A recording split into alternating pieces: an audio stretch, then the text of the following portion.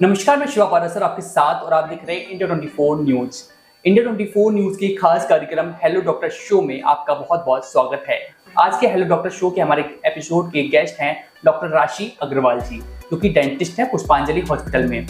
पुष्पांजलि hospital. Ma'am कैसे हैं आप? मैं बढ़िया, thank you sir. Hello doctor show में सबसे पहले आपकी शुरुआत करते हैं, जो बचपन से अभी तक का जो सफर रहा है वो किस तरह से रहा है। इस सफर के दौरान आपने क्या क्या जो है चैलेंजेस फेस किए हैं और किस तरह से चैलेंजेस फेस करने के बाद आप जो डेंटिस्ट के रूप में सामने आए और लोगों की सेवा कर रहे हैं। बचपन से शुरुआत करते हैं, कैसे किस तरह से आपको जो बचपन बीता था? सर मेरा बचपन बहुत ही नॉर्मल था। मेरे फादर गवर्नमेंट सर्विस में थे। मैं झांसी, सबने सुना होगा झांसी शहर के बारे में, वहाँ को बिलोंग करती हूँ। वहीं मेरी +2 तक की स्कूलिंग हुई है। स्कूलिंग नॉर्मल, सब कुछ नॉर्मल था। साइंस स्ट्रीम मैंने लिया था। मैं डॉक्टर बनना चाहती थी शुरू से ही, मतलब एक होता है कि हाँ मैं डॉक्टर बनना चाहती हूँ। फिर मैंने एग्जाम्स वगैरह दिए जी। MBBS में सिलेक्शन नहीं हो पाया, पर BDS में मुझे सिलेक्शन हो गया, तो मैंने वो ज्वाइन किया। लखनऊ से मैंने BDS किया है और उसके बाद फिर मेरी शादी हो गई डॉक्टर अंकित अग्रवाल से, जो कि बरेली को बिलोंग करते थे। तो फिर मैं अब यहाँ पे आके सेटल हुई। बीच में मेरे हस्बैंड क्योंकि अलग अलग जगहों पे थे, कानपुर में रहे, आगरा में उन्होंने अपना पोस्ट ग्रेजुएशन कंप्लीट किया। तो फिर जहाँ जहाँ मैं गई वहाँ मैं एज अ डेंटिस्ट काम करती रही। कानपुर में मैं रामा मेडिकल कॉलेज का डेंटल OPD उनका विभाग देखती थी। फिर उसके बाद मैं आगरा गई, वहाँ पे एक प्राइवेट क्लिनिकल सेटअप था, मैं वहाँ पे काम करती थी। उसके बाद जब हम वापस बरेली आके सेटल हुए, तो उसके बीच में मैंने थोड़ा सा ब्रेक लिया मेरा बच्चों की वजह से, डिलीवरी की वजह से। और उसके बाद पोस्ट कोविड मैं 3 साल से लखनऊ में थी। वहाँ पे along with being a dentist मैं एक चाइल्ड साइकोलॉजिस्ट हूँ, special educator and child psychologist, जो कि स्पेशल न्यूरो डेवलपमेंटल जो किड्स होते हैं उनको डायग्नोस करना, उनको डील करना, उसके बारे में मैं काउंसलिंग, पेरेंट काउंसलिंग और टीचर्स काउंसलिंग या बच्चों के बारे में उनको असेस भी करती हूँ और उनके साथ काम भी करती हूँ।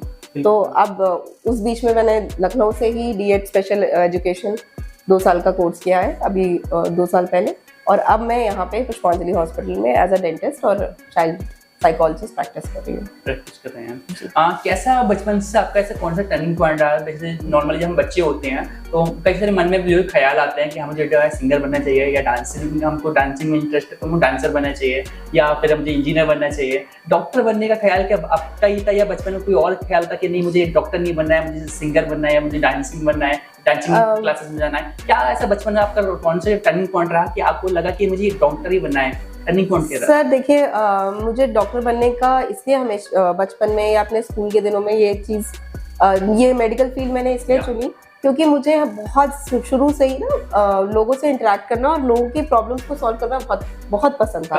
कम्युनिकेशन ही प्रॉब्लम सॉल्व करना। मैं छोटे से ही ना, मुझे कोई भी दर्द में, कोई भी पेन में, या किसी को कोई भी दिक्कत होती थी, मैं उस टाइप की बच्ची थी कि मैं सबके पैर दबा रही हूँ, किसी का सर दर्द हो रहा है तो मैं सर दबा रही हूँ। छोटी, जब मैं 6-7 साल की रही होंगी, तो मेरे सारे जितने भी मेरे फैमिली में दादा दादी या जितने बुआ लोग होते थे, समर वेकेशन में हम बच्चे इकट्ठा होते थे, तो मेरा ये सबको पता था कि इससे कहेंगे तो ये कर देगी। बाकी बच्चे तो सब भागते हैं, नहीं मैं नहीं, वो नहीं। तो शुरू से मेरा थोड़ा सेवा भाव जिसे आप कहते हैं, ये मेरे अंदर था। तो जब हम बड़े होते हैं 10th के बाद, जब हमें स्ट्रीम चूज करनी थी, तो मेरे पास 2 ऑप्शन थे। 2 क्या, ऑप्शन तो बहुत होते हैं, बट मैथ्स और बायो में मुझे चूज करना था।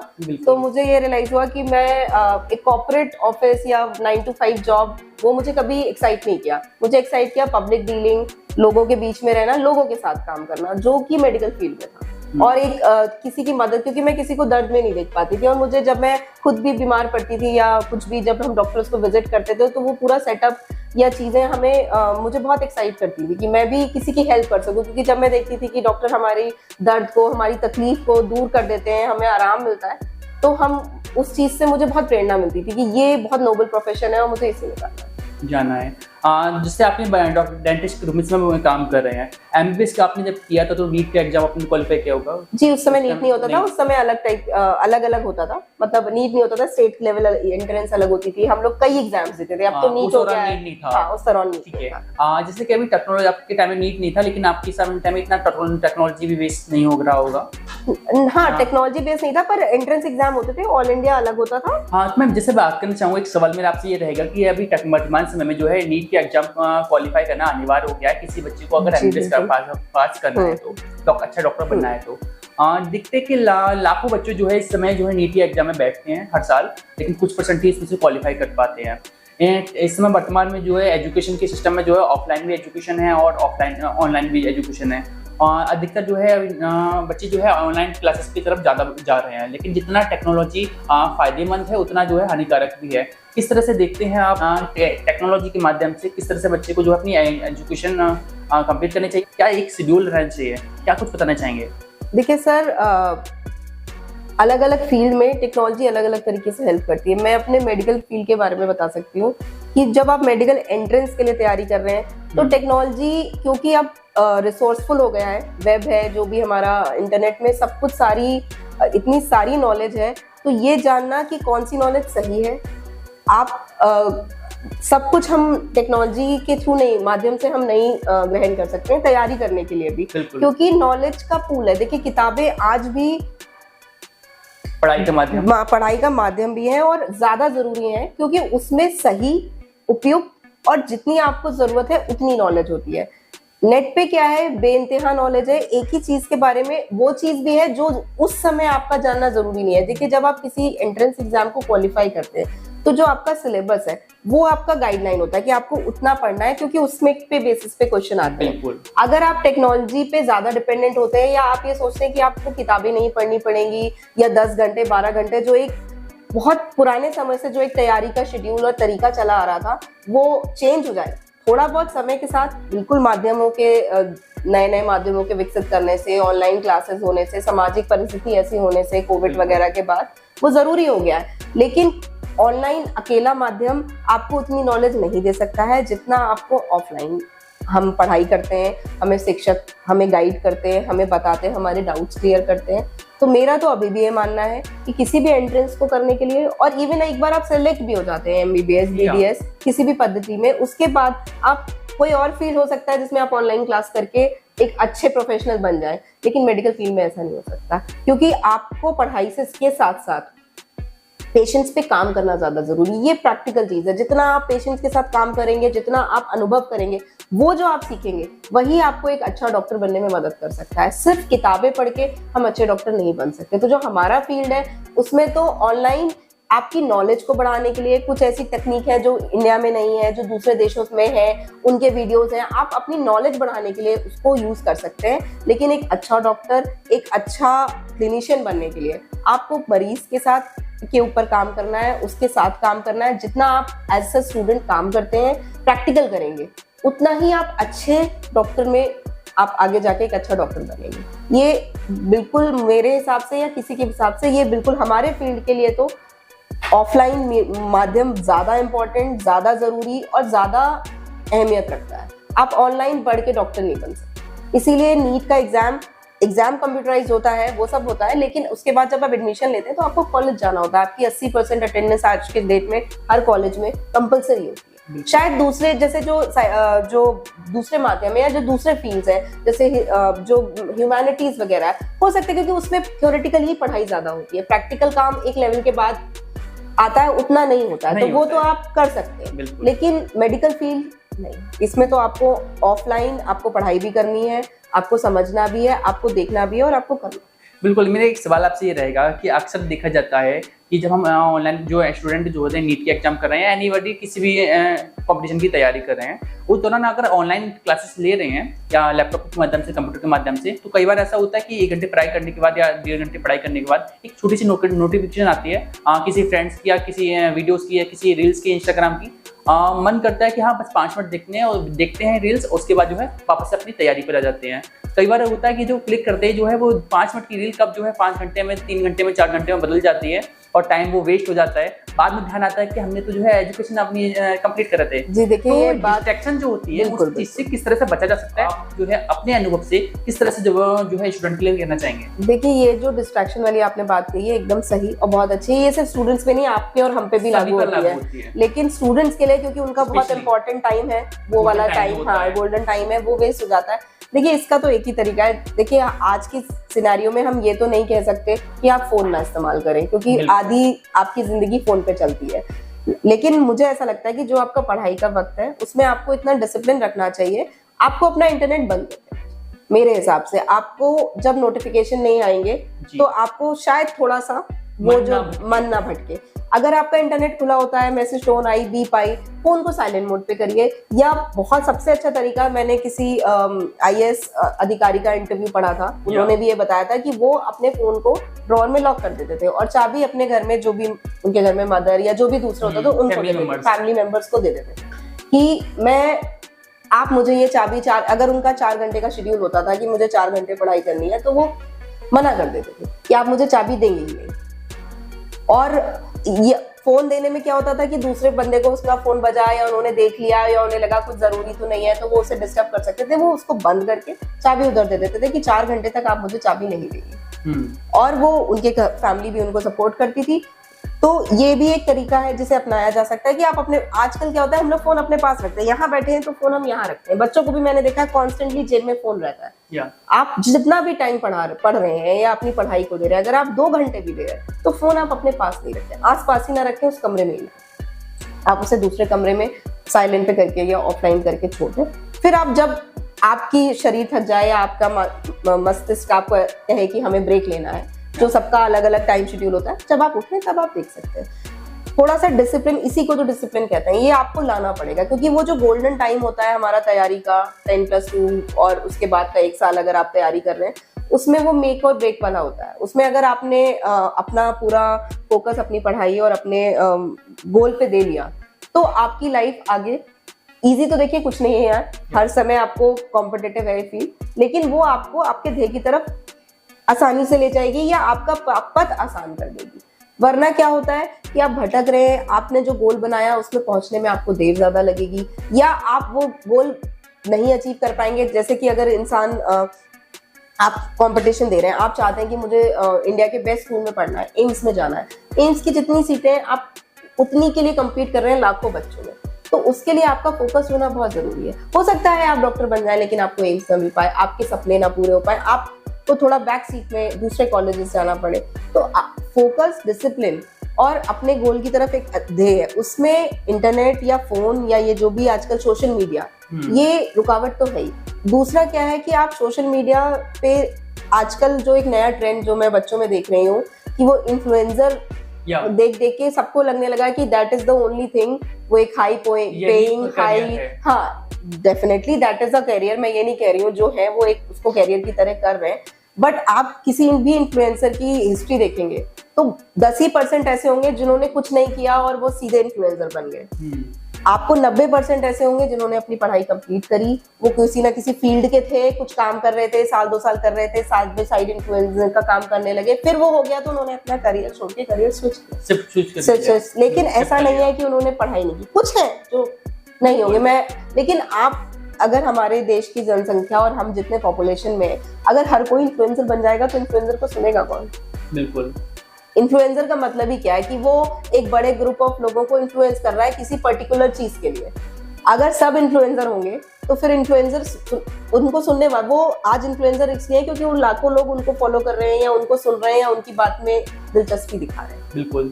और वो हर फील्ड की अपनी महत्व होती है, ऐसा कोई फील्ड नहीं है। आज सोचे कि सब बच्चे ये सोच लें कि हमें तो इंजीनियरिंग करनी नहीं है, अब तो इतने इंजीनियर हो गए, जॉब नहीं मिलती है या कुछ भी, यूट्यूबर ही बनना है ना। हाँ, तो वो एक कोई भी फील्ड सबको इनकम्पास नहीं कर सकती। हर फील्ड की अपनी महत्व है, हर फील्ड का अपना एक समाज में वो होता है, स्थान होता है। हम एक सोसाइटी चलाते हैं जिसमें सबका एक दूसरे पे जी, आपका अपना योगदान है, मेरा अपना योगदान है, किसी और का, हम तो सारी फील्ड्स की इंपॉर्टेंस है। हर स्टूडेंट को ये चाहिए कि वो अपनी मन से ये जाने कि वो क्या करना चाहते हैं। हाँ जी, वो क्या करना चाहते हैं, किस फील्ड में जाना चाहते हैं। मैं ये नहीं कहूंगी कि इन्फ्लुएंसर बनना खराब है, लेकिन आप ये सोचें कि सिर्फ वो एक फील्ड है जिसमें सक्सेस है, क्योंकि वो सक्सेस दिखता है, वो विजुअल दिख रहा है। देखिए, विजुअल लर्निंग हम एज अ साइकोलॉजी में भी पढ़ते हैं, लर्नर्स होते हैं, हमें जो चीज सामने दिखती है वो हमारी आंखों में ज्यादा बस जाती है, हमें वो ज्यादा अट्रैक्ट करती है। हम जो सुनते हैं वो उतना इफेक्ट नहीं करता जितना हम देखते हैं वो हमें इफेक्ट करता है। तो वो एक विजुअल माध्यम से, ऑडिटरी माध्यम से जो हमारे अंदर जा रहा है, हम उसे ग्रहण कर रहे हैं, वो कहीं ना कहीं हमें भटका रहा है पथ से। बिल्कुल। तो ये बच्चों को ध्यान रखना चाहिए, अगर वो मेडिकल या इंजीनियरिंग या किसी भी फील्ड के एंट्रेंस एग्जाम के लिए तैयारी कर रहे हैं तो उनको ये उसके लिए डेडिकेटेड होना पड़ेगा। और उसके लिए एक तरीका ये है कि आप अपने फोन पे या इंटरनेट पे, जैसे जब हम छोटे थे तो मैं अपनी पर्सनल बता रही हूँ, मेरे घर में ये dish TV cable TV 12th standard में जब तक मैंने क्रॉस नहीं कर लिया है, मैं सबसे बड़ी बच्ची हूँ अपने घर में, मेरे पेरेंट्स ने नहीं लगवाया था, क्योंकि उस समय ये माइंडसेट होता था कि बच्चे को डिस्टर्बेंस होता है, बच्चे भटक जाएंगे अगर पूरे दिन टीवी पे कुछ आएगा। तो हमारे यहाँ केवल दूरदर्शन आता था, तो हमारे पास टीवी में देखने को कुछ होता ही नहीं था, बहुत ही लिमिटेड प्रोग्राम्स होते थे, वो भी इतने इंटरेस्टिंग होते नहीं थे। तो हमारा टीवी पे कभी टाइम उतना वेस्ट हुआ ही नहीं, क्योंकि कुछ आता ही नहीं था। अब आज की डेट में तो सोशल मीडिया, फोन, एक घर में अगर 5 लोग हैं तो 10 फोन है या 6 फोन है या 7 फोन है, किसी किसी के पास 2 भी फोन है। तो आप ये सोचिए कि भाई पेरेंट्स को भी ये चाहिए कि जैसे पहले डिश टीवी नहीं लगवाते थे, अब मुझे लगता है घर में जैसे सबने वाईफाई की सुविधा दे रखी है, ठीक है, वो एक आप उसको फाइनेंसेस की तरह देखते हैं कि भाई उससे सबके फोन चल जाते हैं और कम पैसे में हमारे 5 लोगों के फोन काम कर रहे हैं।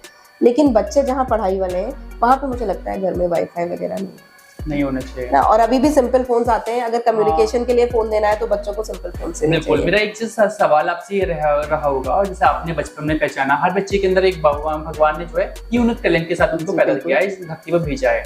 आपके अंदर अलग टैलेंट है, हमारे अंदर अलग टैलेंट है, किसी और के अंदर अलग टैलेंट होगा। आपने अपने अंदर का टैलेंट पहचाना कि हाँ, मुझे अंदर जो है डेंटिस्ट बनने का, डॉक्टर बनने का टैलेंट है। हमने पहचाना कि हमने जो जर्नलिस्ट, कम्युनिकेशन अच्छी है हमारी, तो जर्नलिस्ट बन सकते हैं और जर्नलिस्ट के प्रोफेशन में उतर आए, हम जर्नलिस्ट बन गए, आप डॉक्टर बन गए। हर बच्चे के अंदर एक टैलेंट होता है। आपने किसी तरह से अपना टैलेंट पहचाना, हमने पहचाना। जो हर एक बच्चा जो है अपने अंदर का टैलेंट किस तरह से इस एज में पहचान सकता है और अब उस टैलेंट के साथ आगे बढ़ सकता है, किस तरह से पहचानना चाहिए, अपने अनुभव से क्या बताना चाहेंगे? सर देखिए, टैलेंट जो मुझे लगता है, अब आज की जो जनरेशन है वो हमारे समय से बहुत इवॉल्व है। मतलब हमारे समय क्योंकि इतना हम लोगों को एक्सपोजर नहीं था, आजकल छोटे छोटे बच्चों को भी पता होता है कि उन्हें क्या बनना है, या वो बड़े फोकस्ड होते हैं। तो इसमें एक तो योगदान माँ बाप का भी होता है। देखिए, हमारे समय में इतनी व्यवस्थाएं भी नहीं थी, इतनी चीजें अवेलेबल भी नहीं थी। जैसे मुझे छोटे में डांस का शौक था, लेकिन हमारे घर के आसपास क्या दूर दूर तक भी कोई ऐसी डांस क्लास नहीं थी जहाँ मेरी माता जी या मुझे भेज सकती। मतलब हमें उतनी फैसिलिटीज नहीं थी, तो हम जो स्कूल में थोड़ा बहुत कर पाते थे वो किया, लेकिन हम कभी उसको एज अ करियर देखते या हम उसे परस्यू करते, उतनी फैसिलिटीज हमारे यहाँ, और पेरेंट्स का माइंडसेट भी वैसा नहीं था, वो उसे हॉबी की तरह देखते थे। लेकिन अब समय बदल गया है। अब देखिए, कोई भी चीज हॉबी नहीं है, आप स्पोर्ट्स में भी फील्ड में भी करियर बना सकते हैं, आप किसी आर्ट्स फील्ड में भी करियर बना सकते हैं और बहुत अच्छा कर सकते हैं। तो उसके लिए जानना है, पेरेंट्स को चाहिए कि वो अपने बच्चों को बहुत अर्ली एज से किसी ना किसी एक्टिविटी में जरूर इन्वॉल्व रखें। जब आप अपने बच्चे को 4 एक्टिविटी में भेजते हैं तो आपको खुद नजर आ जाता है कि बच्चा मेरा ये तो नहीं अच्छा कर रहा है, या इसमें बच्चे को इंटरेस्ट नहीं आ रहा, बच्चा खुद मना कर देता है, लेकिन इस फील्ड में आ रहा है। कोई बच्चा डांस में करता है, कोई किसी स्पोर्ट में करता है, कोई फुटबॉल खेलना चाहता है लेकिन क्रिकेट नहीं खेलना चाहता क्योंकि उसे फुटबॉल में इंटरेस्ट है। वो अगर एक अर्ली एज में, जो 6-7 साल या जो छोटे एज में बच्चों का, अगर आप पेरेंट उसे पहचान लेते हैं तो फिर उसको उस फील्ड में नर्चर करें, उसको अलाउ करें। वो वाला माइंडसेट नहीं रखें कि अभी तो स्कूल का टाइम है, जो करना होगा बाद में कर लेंगे, नहीं। क्योंकि अर्ली एक्सपोजर, अर्ली ट्रेनिंग से ही बच्चा आगे जाके उस फील्ड में कुछ कर सकता है या उस फील्ड में अच्छा कर सकता है। तो हमें, आपको जैसे समर वेकेशन, अब बहुत कैंप्स लगते हैं जगह जगह, अब तो बहुत सारी फैसिलिटीज हैं। बिल्कुल, आप अपने बच्चे को एक्सपोजर देंगी, आप पेरेंट्स को खुद ये समझ में आ जाएगा कि बच्चा किस में इंटरेस्टेड है, और जिसमें वो इंटरेस्टेड होता है फिर आप उस बच्चे को भी, और बच्चे को भी ऐसा देखिए, बच्चे को भी एज अ चाइल्ड नहीं पता होता, किसी को ये नहीं पता होता कि मैं पियानो अच्छा बजा लूंगा जब तक कि वो पियानो बजाएगा नहीं है। आप कुछ करेंगे तभी आपको पता चलेगा कि आप उसमें अच्छे हैं कि नहीं, या नहीं है, या आप उसमें कुछ अच्छा कर सकते हैं। तो उसके लिए एक्सपोजर चाहिए। अब स्कूलों में भी करिकुलम में चेंजेस हैं, सब चीज़ों का थोड़ा थोड़ा एक्सपोजर होता है, लेकिन उसके अलावा भी मुझे लगता है कि हर पेरेंट को पढ़ाई के साथ साथ अपने बच्चे को किसी एक चीज़ में, चाहे वो स्पोर्ट्स हो, चाहे वो आर्ट्स की कोई फील्ड हो, या कोई भी चीज़ हो, उसमें अपने बच्चे को जरूर भेजना चाहिए। उसको 2-3 महीने आपको देना चाहिए। अगर बच्चा नहीं इंटरेस्टेड है, उसे मजा नहीं आ रहा है, वो कुछ नहीं सीख रहा है, वो खुद ही मना कर दे रहा है, तो आप किसी और चीज़ में स्विच करिए। बिल्कुल, मेरा एक सवाल आपसे और ये रहेगा, लास्ट आखिरी सवाल मेरे आपसे ये रहेगा, जैसे कि जो इसमें आपको वर्तमान में जो है तमाम इस इंटरव्यू में देश के नौजवान दिख रहे हैं, देश की जनता दिख रही है, बरेली के लोग भी दिख रहे हैं और बरेली के आसपास के लोग भी इसमें दिख रहे हैं, तमाम इसमें शो में आपको दिख रहे हैं। क्या सभी लोगों से आपका एक संदेश रहने वाला है आखिरी, क्या एक संदेश रहने वाला है कि लोग अपनी अपनी किस तरह की प्रॉब्लम्स के लिए आपके पास आ सकते हैं, तो आपसे कांटेक्ट कर सकते हैं, क्या एक संदेश रहेगा आपका? देखिए मैं डेंटिस्ट हूँ, तो सबसे पहले तो दांतों से रिलेटेड कोई भी समस्या, दांत में दर्द, दांत में झंझनाहट, दांत में पीलापन, कोई दांत आपका केरियस है, मुंह से बदबू आ रही है,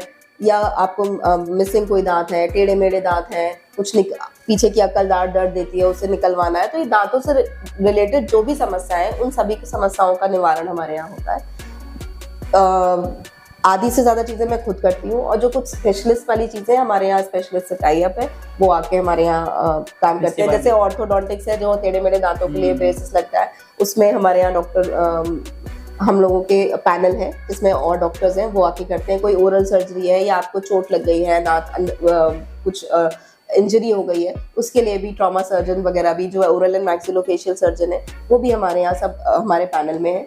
तो सारी सुविधाएं उपलब्ध है। हमारे यहाँ इन हाउस एनेस्थीसिया है, एनेस्थेटिक जो हमारे हॉस्पिटल के ओनर ही है, इन हाउस एनेस्थीसिया की फैसिलिटी, ओटी की फैसिलिटी, सारे तरीके के एनाल्जेसिया की फैसिलिटी यहाँ पे है।